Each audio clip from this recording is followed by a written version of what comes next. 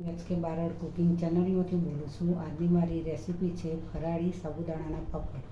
સાબુદાણાના પાપડ બનાવવા માટે 1 વાટકી હું સાબુદાણા લીધા છે. હવે તેને હું ધોઈને પલાળીને મૂકી રાખું 8 કલાક જેવું. એમાં પલાળીને ધોઈને હું તૈયાર રાખ્યા છે. હવે તેને 8 કલાક સુધી રાખી મૂકીશું. 1 વાટકી લીધેલા પલાળીને હું રાતે આખી રાતના પલાળીને મૂકેલા છે. તૈયાર થઈ ગયા છે.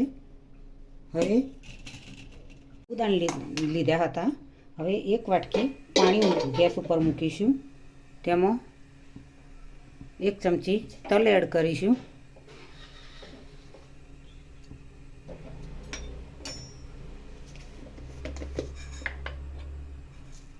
અડધી ચમચી જીરું એડ કરીશું.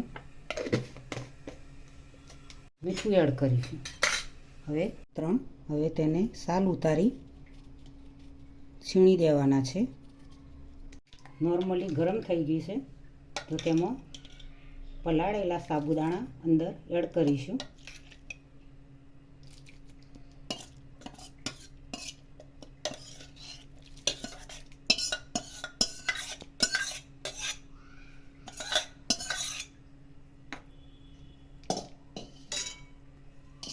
ધોઈને તૈયાર કરી દીધા. છાલ ઉતારીને ધોઈ નાખ્યા.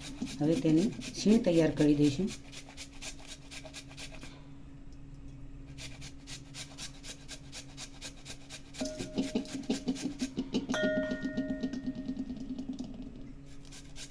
રાખ્યા છે તો તે એડ કરી દઈશું સાબુદાણાની અંદર.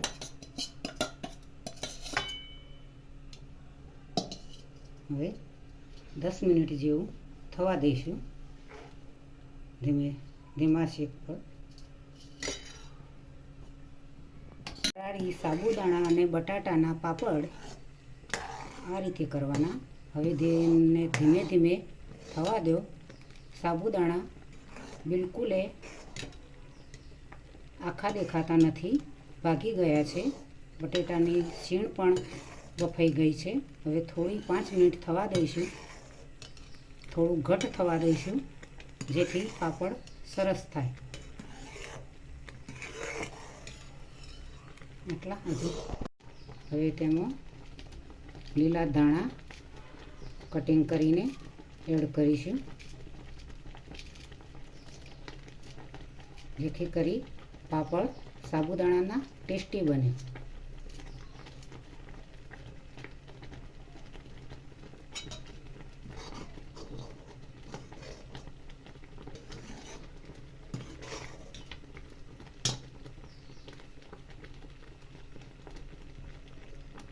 અને બટાટાનું મિશ્રણ તૈયાર થઈ ગઈ છે.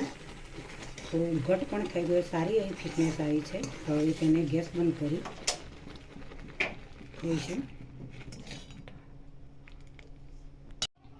હવે પાપડ બનાવવા માટે તપેલીની અંદર થોડું અલગથી લઈ લઈશું જેથી કરી પૂરું મિશ્રણ ઠંડુ ના થઈ જાય.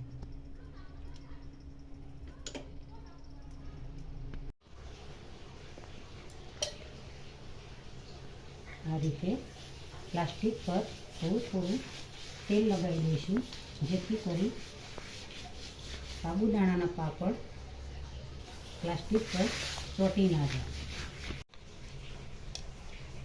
1 સ્પૂન ચમચી પ્રમાણે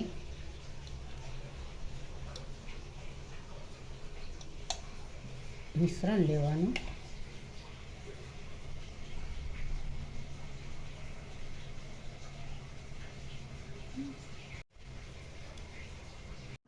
સાબુદાણા અને બટાટાના પાપડ તૈયાર થઈ ગયા છે. આ રીતે હું પ્લાસ્ટિકમાં બનાવીને તૈયાર કરી દીધા છે. હવે તેને 2 દિવસ તડકે સુકાવી દઈશું.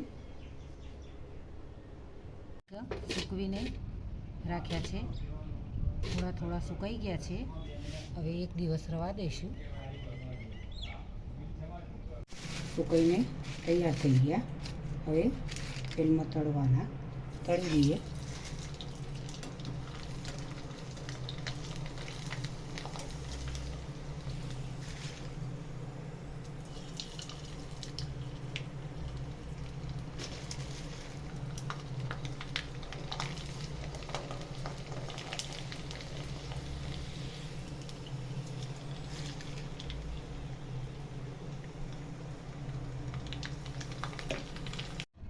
પાપડ તૈયાર થઈ ગયા છે. આ રીતે હું એ પલાળીને સાબુદાણા અને બટેટા એની છીણ કરીને બનાવેલા છે. તો મિત્રો જુઓ, આ રીતે તૈયાર થઈ ગયા છે.